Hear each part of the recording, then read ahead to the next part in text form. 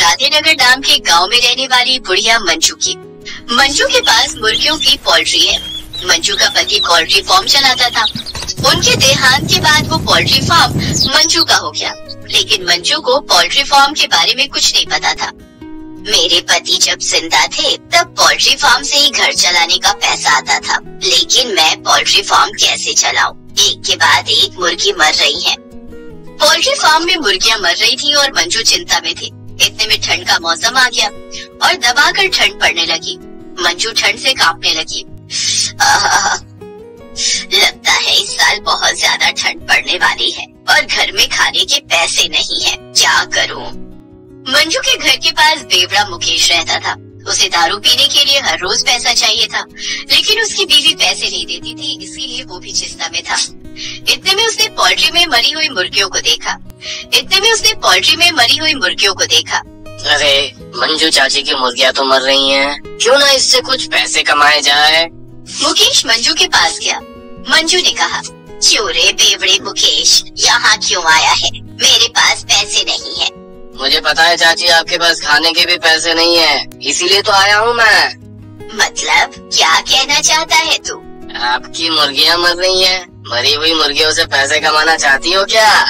मरी हुई मुर्गियों से पैसे कैसे कमाऊं? कौन खरीदेगा मरी हुई मुर्गी? अरे चाची, हम दोनों मिलके मरी हुई मुर्गियों का सूप बेचते हैं ना। इतनी ठंड में गर्मा गर्म चिकन सूप सभी को पसंद आएगा। मंजू को भी पैसों की सख्त जरूरत थी। ये आइडिया सुनकर मंजू को बहुत अच्छा लगा। मुर्गियों को मारकर ही तो सूप बनता है, तो फिर मरी हुई मुर्गी का सूप बनाने में क्या हर्ज है? मंजू मान गई। आज एक ही मुर्गी मरी थी। मुकेश ने उसे काटा और फिर मंजू ने उसका सूप बनाया। चलो चाची, अब रास्ते पे जाकर बेचते हैं, शाम के वक्त बहुत अच्छा बिकेगा। मुकेश और मंजू रास्ते पर सूप बेचने के लिए चले गए। सूप पी लो सूप, गर्मा गर्म soup, chicken soup P low. सर्दी में गर्मी चाहिए तो चिकन सूप पियो, पेट भर के पियो, मन भर के पियो, आओ। ये सुनकर लोग सूप पीने आने लगे।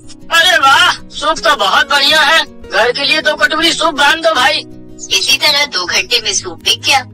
मुकेश और मंजू को 2000 रुपए का प्रॉफिट हुआ। अरे वाह बेवड़ा मुकेश, मैं तो तुझे बुद्धू समझती थी, लेकिन तू तो अक्लमंद निकला। एक दिन में 2000। ये ले तेरे 1000 रुपए। अरे मंजू चाची, दारू के लिए तो मैं कुछ भी कर सकता हूँ। आज तो देसी की जगह इंग्लिश पीऊंगा। ये बोलकर मुकेश चला गया। बहुत दिनों बाद मंजू ने पेट भरकर खाना खाया और मुकेश ने जी भरकर दारू पी, और मुकेश दारू के नशे में धुत होकर घर चला गया।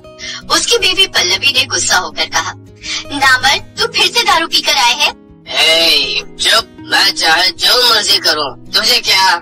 मुझे क्या, पैसे तो मैं ही कमाती हूँ ना इस घर पर, लेकिन आज तो मैंने तुझे पैसे नहीं दिए। फिर मैंने खुद कमाया है, मैं मेरे पैसों से कुछ भी कर सकता हूँ। चुपचाप रह, नहीं तो लात मार के घर से भगा दूंगा। ये बोलकर मुकेश खाना खाकर सो गया।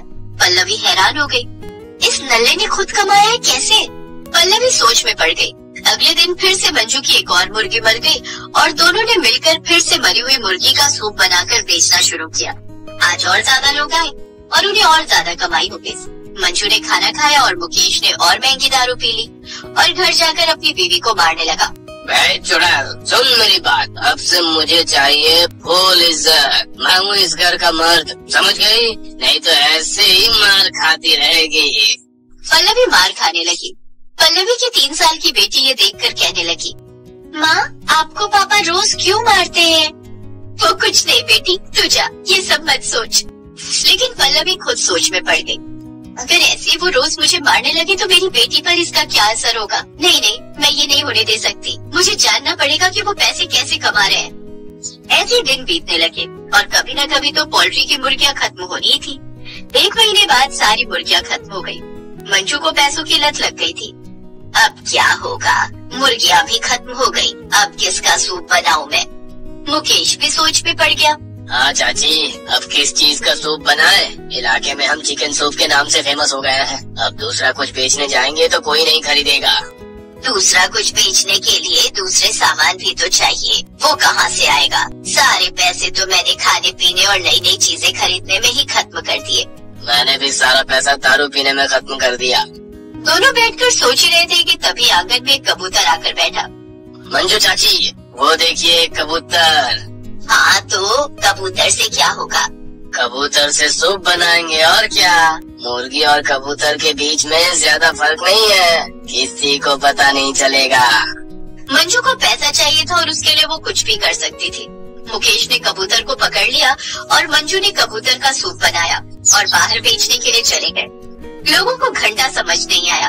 अरे आज तो सूप ज्यादा टेस्टी है, क्या डाली हो इसमें चाची?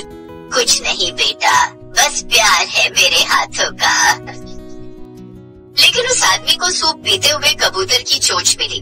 अरे ये क्या, मुर्गी का इतना छोटा चोंच, ये तो कोई पंछी का लगता है। बात को तुरंत घुमाने के लिए मुकेश ने कहा, अरे नहीं साहब, ये तो मुर्गी का बच्चा है, वो पोल्ट्री है ना हमारे पास। अच्छा तब ठीक है। उन दोनों का व्यापार अच्छे से जम गया था। दिन ब दिन कमाई बढ़ रही थी। मुकेश हर रोज 2-3 कबूतर पकड़ता था और मंजू सूप बनाकर बेचती थी। और मुकेश हर रोज दारू पीकर पल्लवी को मारने लगा और ऐसे ही पल्लवी गुस्सा हो गई। एक दिन पल्लवी ने मुकेश का पीछा किया और देखा कि मुकेश कैसे कबूतर पकड़कर सूप बनाने में मदद करता है।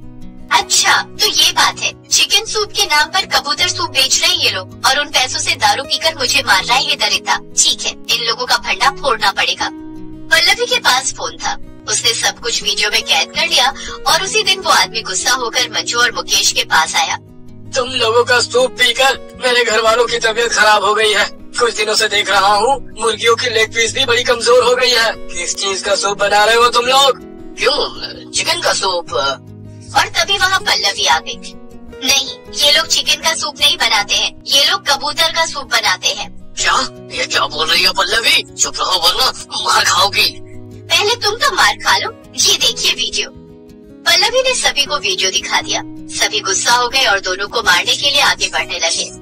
मंजू ने कहा, मैंने कुछ नहीं किया, सब कुछ इसका प्लान था। अच्छा बुढ़िया, अब खुद भागना चाहती है? इन दोनों को मारो। पब्लिक ने दोनों की जमकर पिटाई की और दोनों को पुलिस के हवाले कर दिया। पल्लवी को अपने अत्याचारी पति से छुटकारा मिल गया और वो अपनी बेटी के साथ खुशी खुशी रहने लगी। दोस्तों, आपको ये कहानी पसंद आए तो वीडियो को लाइक करें और चैनल को सब्सक्राइब करें। मिलते हैं ऐसी और नई कहानी के साथ, तब तक के लिए बाय बाय, टेक केयर दोस्तों।